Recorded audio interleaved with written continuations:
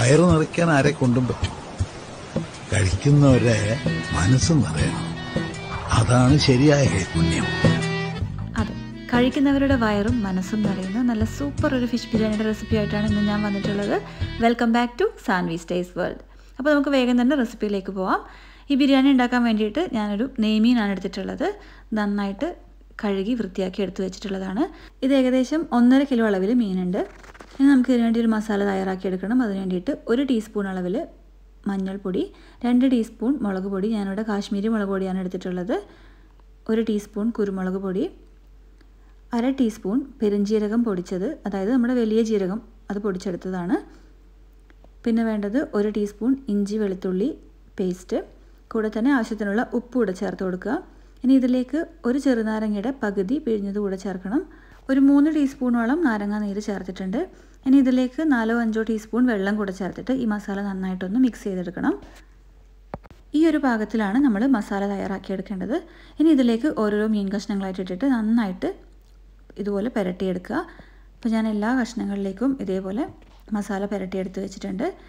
പിന്നെ ഒരു പീസ് ഞാൻ മസാലയൊന്നും പുരട്ടാതെ മാറ്റി വെച്ചിട്ടുണ്ട്. ഇതെന്തിനാണെന്ന് അവസാനം പറയാം.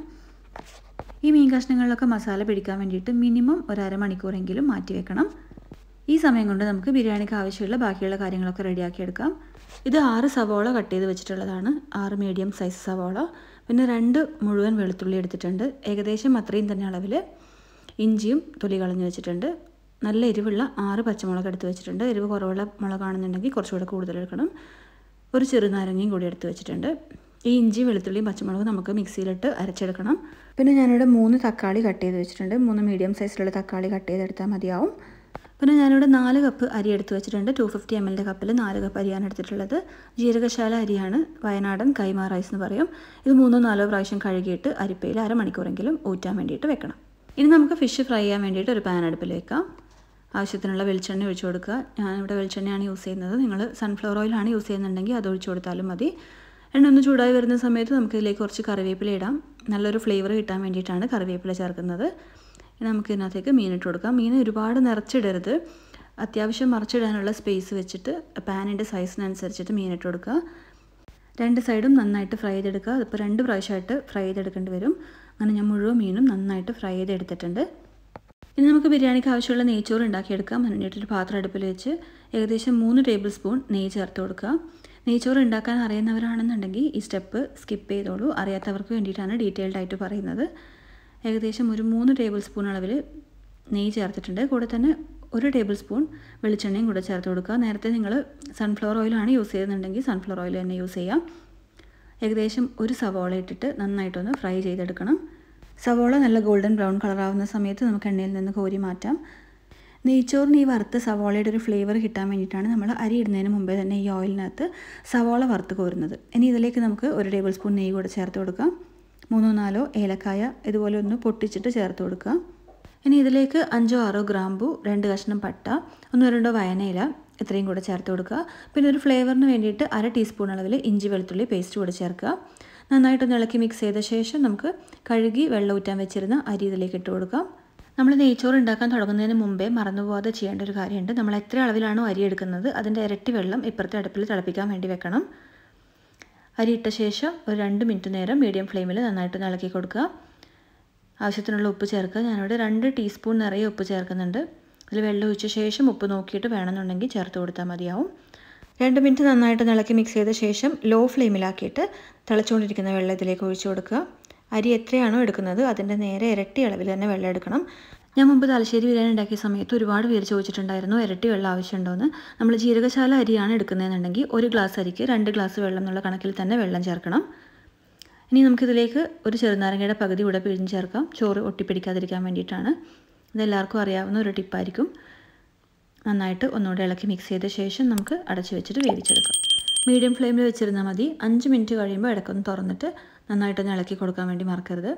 ഇതൊരിക്കലും ഹൈ ഫ്ലെയിമിൽ വെച്ചിട്ട് കുക്ക് ചെയ്യരുത്. മീഡിയം ഫ്ലെയിമിൽ മാത്രമേ വെക്കാൻ വേണ്ടി പാടുള്ളൂ. കറക്റ്റായിട്ട് പറയുകയാണെന്നുണ്ടെങ്കിൽ 13 മിനിറ്റ് കൊണ്ട് നമ്മുടെ നെയ്ച്ചോറ് റെഡിയായി കിട്ടും. ചോറൊക്കെ നല്ല പാകത്തിന് വെന്ത് റെഡി ആയിട്ടുണ്ട്. ഇനി നമുക്കിതങ്ങോട്ട് മാറ്റി വെച്ചിട്ട് മസാല ഉണ്ടാക്കാൻ വേണ്ടി തുടങ്ങാം. മസാല ഉണ്ടാക്കാൻ വേണ്ടിയിട്ട് ഒരു പാത്രം അടുപ്പിൽ വെച്ചിട്ടുണ്ട്. ഇതിലേക്ക് നമ്മൾ നേരത്തെ മീൻ വറുത്ത് വെച്ചിരുന്ന ആ സെയിം ഓയിൽ തന്നെ ചേർത്ത് കൊടുക്കുക. അതിൽ ആ മസാല ഒന്നും വീഴാതെ ഓയിൽ മാത്രമായിട്ട് ഒഴിച്ചു കൊടുക്കുക. പോരാത്തതിന് കുറച്ച് വെളിച്ചെണ്ണ കൂടെ ചേർത്ത് കൊടുക്കുക. നമ്മൾ മീൻ വറുത്ത എണ്ണ തന്നെ ഏകദേശം ഒരു 2 ടേബിൾ സ്പൂണോളം ഉണ്ടെങ്കിൽ അത് മാത്രം മതിയാവും. ഇതിലേക്ക് നമ്മൾ നേരത്തെ കട്ട് ചെയ്ത് വെച്ചിരുന്ന 6 സവോള അതുകൂടെ ചേർത്ത് കൊടുക്കാം. ഇനി നന്നായിട്ടൊന്ന് വഴറ്റിയെടുക്കാം. ആവശ്യത്തിനുള്ള ഉപ്പ് കൂടെ ചേർത്ത് കൊടുക്കാം. ഇനി ഇതിലേക്ക് നമ്മൾ നേരത്തെ അരച്ച് വെച്ചിരുന്ന ഇഞ്ചിയും വെളുത്തുള്ളിയും പച്ചമുളകും കൂടിയിട്ടുള്ള മിക്സ് ചേർത്ത് കൊടുക്കുക. ഇത് ഏകദേശം 4 ടേബിൾ സ്പൂൺ നിറയുണ്ട്. നന്നായിട്ട് ഇളക്കി മിക്സ് ചെയ്തെടുക്കുക. ഇതിൻ്റെ ഒരു പച്ചമണം മാറുന്നത് വരെ നന്നായിട്ട് വഴറ്റിയെടുക്കണം. ഇനി നമുക്കിതിലേക്ക് നേരത്തെ അരിഞ്ഞ് വെച്ചിരുന്ന 3 തക്കാളി കൂടെ ചേർത്ത് കൊടുക്കാം.